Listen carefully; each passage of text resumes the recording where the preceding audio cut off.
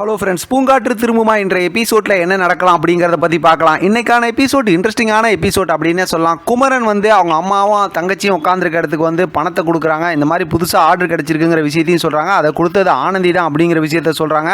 இப்போ அவங்க அம்மா ரொம்ப சந்தோஷப்படுறாங்க. புதுசாக தெரிய ஆரம்பித்தாங்க, நமக்கு ஆர்டர் கொடுத்தாங்களா அப்படின்னு கேட்கும்போது அவங்க போட்டியில் ஜெயிச்சதுக்கப்புறம் அவங்களுக்கு நிறைய ஆர்டர் வந்திருக்கு. எல்லா ஆர்டரையும் நம்மகிட்டையும் ஷேர் பண்ணி கொடுத்துருக்காங்க அப்படிங்கிற மாதிரி எல்லா விஷயத்தையும் சொல்கிறாங்க. இந்த நேரத்தில் பார்த்தோம்னா இன்பா அங்கே ரொம்ப கோவப்பட்டு பேசுகிறாங்க. இருந்தாலும் குமரன் அம்மா இப்போ ஆனந்திக்கும் குமரனுக்கும் சப்போர்ட் பண்ணி பேசுகிறாங்க. இன்பா அங்கேருந்து கோவப்பட்டு போயிடுறாங்க. அடுத்து பார்த்தா குமரனோட அப்பா வராங்க. நேற்று நான் அந்த பொண்ணை பார்த்தேன், அந்த பொண்ணு சால் போட்டுருந்துச்சு, அதில் நான் பார்த்தேன் அந்த குஞ்சான இருந்துச்சு, என்னை பீச்சில் காப்பாற்றின பொண்ணை நீ கண்டுபிடிச்சி கொடுக்கணும், சத்தியம் பண்ணு அப்படின்னு சொல்லி மறுபடியும் வழக்கம் போல் பார்த்தா குமரன்ட்ட பேசுகிறாங்க.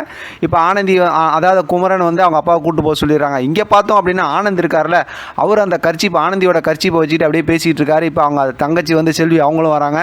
என்னாச்சு குடிச்சிருக்கே அப்படி இப்படின்னு கேட்கும்போது அதெல்லாம் ஒன்றும் இல்லை அப்படிங்கிற மாதிரி கோவப்பட்டு பேசுகிறாங்க. அவங்க அம்மா என்னாச்சு குடிக்காமல் நல்லா இருக்கான், ஏன் இப்படி பேசுகிறேன்னு சொல்லி ஆனந்த் அங்கே அமுச்சு விட்டு இப்போ அவங்க தங்கச்சி சொல்கிறாங்க, என்ன மாற்றம்னு தெரியல, நம்ம அண்ணங்கிட்ட இருக்க மாற்றத்தை நம்ம கண்டுபிடிக்கணும் அப்படிங்கிற மாதிரி வழக்கம் போல் பேசுகிறாங்க. இப்போ தான் வீராவும் இப்போ ஆனந்தியோட அண்ணனும் பேசிக்கிட்டு இருக்காங்க. இப்போ வீரா உங்கள் தங்கச்சி இந்த மாதிரி கோர்ட்டுக்கு வராமல் எல்லாம் பேசி முடிச்சிக்கலான்னு பார்த்தேன், ஆனால் ஆனந்தி கோர்ட்டுக்கு வராங்க.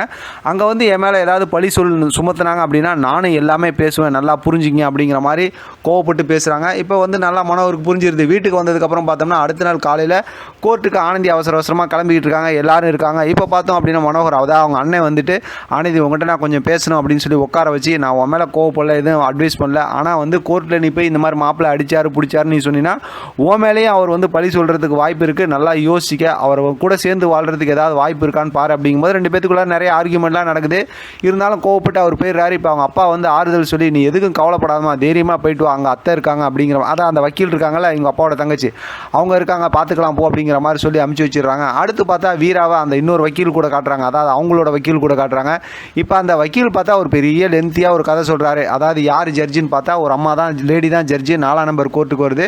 அவங்களோட பையனை அவங்க மருமக ஏமாற்றிட்டாங்கிறனால அவங்க பையன் இறந்து போயிடுறாரு. அதனால் அந்த அம்மா எப்போயுமே ஆம்பளைங்களுக்கு தான் சப்போர்ட் பண்ணுவாங்க. இந்த மாதிரி டிவோர்ஸ் கேஸ் அப்படின்னு வந்தாவே உடனே பார்த்தா பொண்ணுங்களை நல்லா திட்டி ஆம்பளை சைடு தீர்ப்பு சொல்லி விட்டுருவார் அப்படிங்கிற மாதிரிலாம் அந்த வக்கீல் சொல்கிறாரு. இதை கேட்டதுமே வீரா ரொம்ப சந்தோஷப்பட்டு, நான் எப்போயுமே லக்கி மேன் அப்படி இப்படிங்கிற மாதிரி வீரவசனம் பேசிகிட்டு இருக்காங்க. அதோட பார்த்தா இன்றைக்கான எபிசோட் முடிச்சிருக்காங்க.